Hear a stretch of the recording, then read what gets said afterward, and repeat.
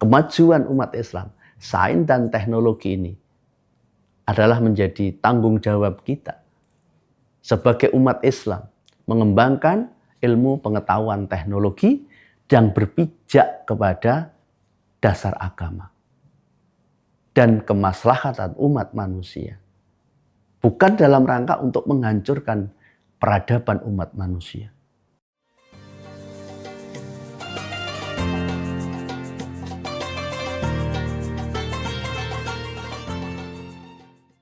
Assalamualaikum warahmatullahi wabarakatuh. Alhamdulillahirabbil alamin. Wassalatu wassalamu ala asrofil anbiya'i wal mursalin Sayyidina wa maulana Muhammadin wa ala alihi wa sahbihi wa sallim ajma'in. Asyhadu an la ilaha illallah wa asyhadu anna Muhammadar Rasulullah. Qala ta'ala fil Qur'anil Karim, a'udzu billahi minasyaitonir rajim. Inna fi khalqis samawati wal ard wa ikhtilafil laili wan nahari la ayatin liulil albab. Wa qala aidan afala yanzuruna ilal ibli kaifa khuliqat wa ilas samai kaifa rufi'at wa ilal jibali kaifa nusibat wa ilal ardi kaifa sutihat fadzakkir innama anta mudzakkir. Wa qala Rasulullah sallallahu alaihi wasallam, man asbaha man lam yahtam bi amril mu'min falaysa minhum. Para pemirsa yang dirahmati Allah Subhanahu wa taala, syukur kepada Allah Subhanahu wa taala kita sampai detik ini diberikan kesempatan hidup oleh Allah Subhanahu wa taala, banyak nikmat yang dilimpahkan kepada kita semuanya. Semoga kita menjadi hamba Allah yang pandai bersyukur, sehingga dengan bersyukurnya kita menjadikan kita orang-orang yang terus dalam lindungan Allah, terus dalam nikmat Allah, dan dalam ridho Allah Subhanahu wa taala. Para pemirsa yang dirahmati Allah Subhanahu wa taala, bahwa dunia kita ini terus berkembang, tidak berhenti. Dari zaman dulu sampai sekarang terus berkembang dunia ini. Ilmu pengetahuan terus berkembang seiring dengan perkembangan manusia. Kenapa ilmu pengetahuan berkembang? Sains teknologi berkembang. Ya karena manusia terus berkembang. Seiring dengan perkembangan manusia dari dulu sampai sekarang. Kemudian muncul pemikiran-pemikiran, perenungan-perenungan terhadap kejadian yang terjadi di alam semesta ini. Ayat-ayat dalam Al-Quran mendorong kita untuk terus berpikir, afala yang duruna ilal ibili kaifa khuliqat wa ilas sama'i kaifa rufi'at wa ilal jibali kaifa nusibat wa ilal ardi kaifa sutihat fadzakir. Ini ayat yang mendorong kita terus berpikir.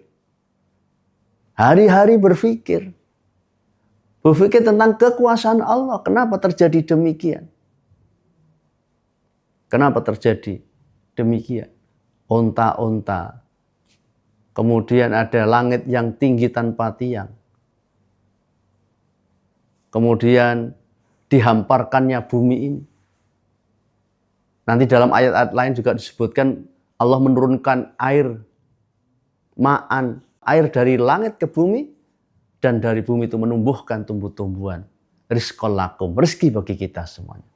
Sebenarnya dalam alam semesta ini adalah tanda-tanda ayat-ayat kauniyah yang mendorong kita untuk berpikir. Dan kemudian muncullah para ilmuwan-ilmuwan, saintis-saintis dari kejadian-kejadian alam semesta ini. Dikembangkan menjadi ilmu-ilmu yang sangat luar biasa. Islam telah mencatat kegemilangan bagaimana ilmuwan-ilmuwan Islam berdasarkan inspirasi dari Al-Quran dan hadis Nabi Muhammad SAW.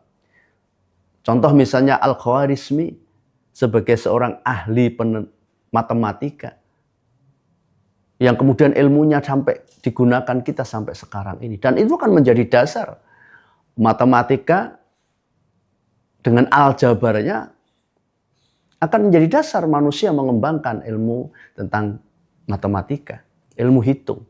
Begitu juga misalnya kita sebut saja namanya Thabit Ibnu Qura atau disebut dengan Ibnu Qura, seorang ahli astronomi dan juga ahli matematika di abad ke-9. Juga menorehkan satu nama yang luar biasa, yang terkenal sampai detik ini, menjadi dasar ilmu-ilmu astronomi sampai detik ini.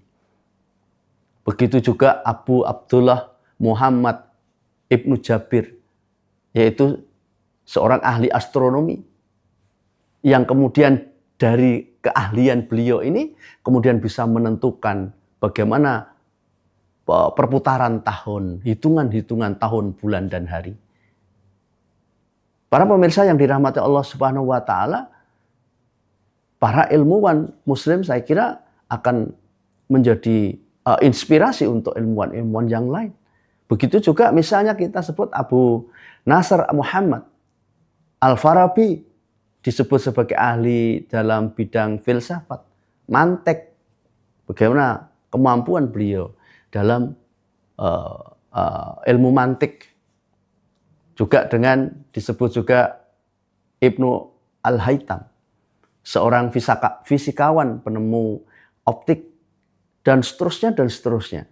Sampai para ahli-ahli tafsir Al-Quran, yang semuanya berdasarkan kepada ayat-ayat Al-Quran dan sunnah Kanjeng Nabi Muhammad SAW. Terus berkembang ilmunya. Dan sampai detik ini kita memakai ilmu-ilmu beliau. Nah, ini akan menjadi amal jariah bagi beliau sebagai al-ilmu yuntafa'u bihi. Dan terus akan berkembang. Di dunia barat, itu masih dalam peradaban yang gelap gulita. Sedangkan di dalam peradaban Islam sudah mencapai kegemilangannya. Di abad 9 sampai 10. Ini kegemilangan yang luar biasa. Di mana Renaissance itu abad ke-16. Jauh dari Rasulullah, jauh dari para sahabat, jauh dari para ilmuwan Muslim yang telah menemukan. Ke depan kita punya tanggung jawab besar. Dari beliau-beliau yang menemukan pengetahuan teknologi, sains teknologi ini kemudian bisa bermanfaat menjadi al-ilmu yuntafa'u bihi. Sekarang tantangan bagi kita. Apakah kita nanti juga akan menjadi ilmuwan-ilmuwan yang akan menemukan sesuatu yang untuk bisa digunakan untuk kemaslahatan umat manusia. Setidaknya kita punya tanggung jawab juga kepada putra-putri kita. Putra-putri kita, apakah putra-putri kita antarkan mereka? Bisa mengantarkan putra-putri kita menjadi saintis-saintis baru.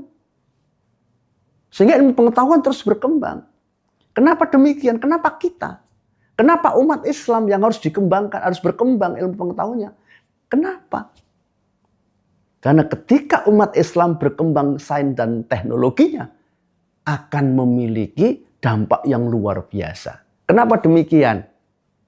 Karena perkembangan ilmu pengetahuan dan teknologi ketika di tangan kaum muslimin, maka pengetahuan dan teknologi itu pasti dan pasti berasal dari ide-ide dalam rangka mencapai ridho Allah SWT.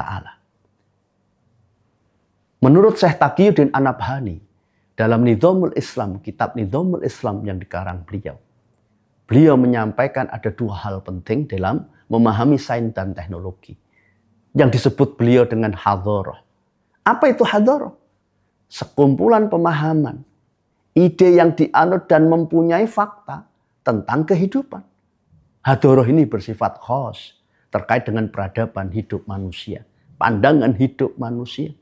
Maka kita kenal, teknologi, sains teknologi ini juga tidak akan luput dari pandangan hidup manusia. Di dalam Islam jelas pandangan hidup manusia adalah dari Allah Subhanahu wa Ta'ala untuk beribadah kepada Allah Subhanahu wa Ta'ala. Dari Allah SWT untuk beribadah kepada Allah SWT. Maka ketika pandangan hidup manusia Muslim ini mengembangkan ilmu pengetahuan teknologi, mesti dalam rangka untuk taat pada Allah SWT, menjadi hamba-hamba yang taat pada Allah SWT.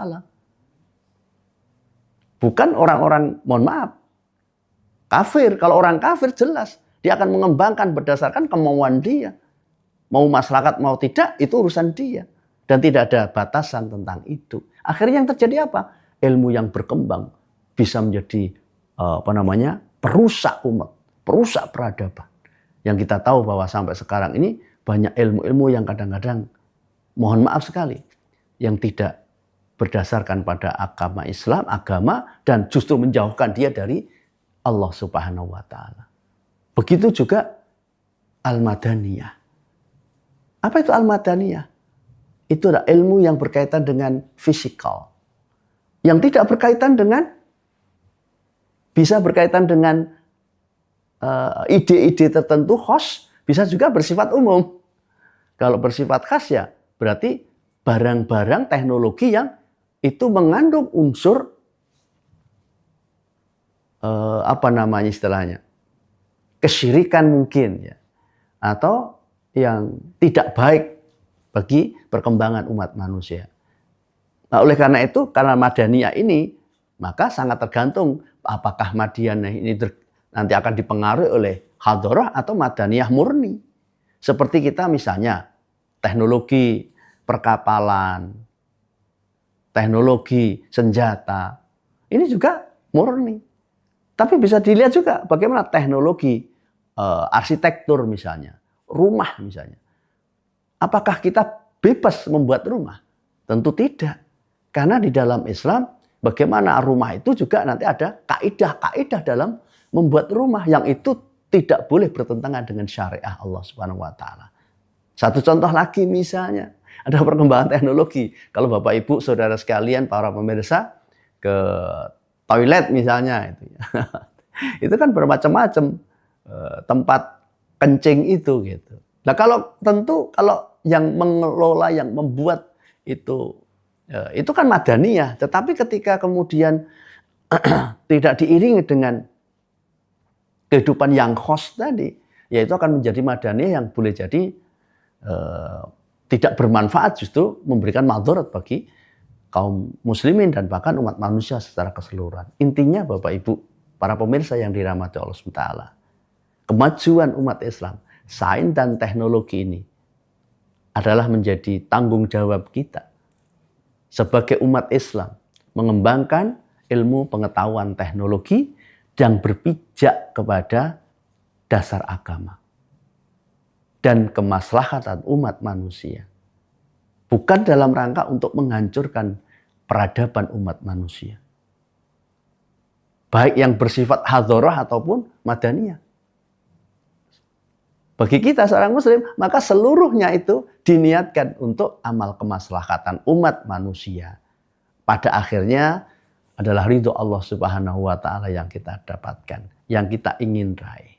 Sehingga perkembangan sains teknologi dalam dunia Islam akan selalu memberikan manfaat bagi umat manusia dan menjadikan manusia dekat kepada Allah Subhanahu wa Ta'ala. Ihdinas siratal mustaqim, wallahu muwaffiq ila aqwamit thoriq. Assalamualaikum warahmatullahi wabarakatuh.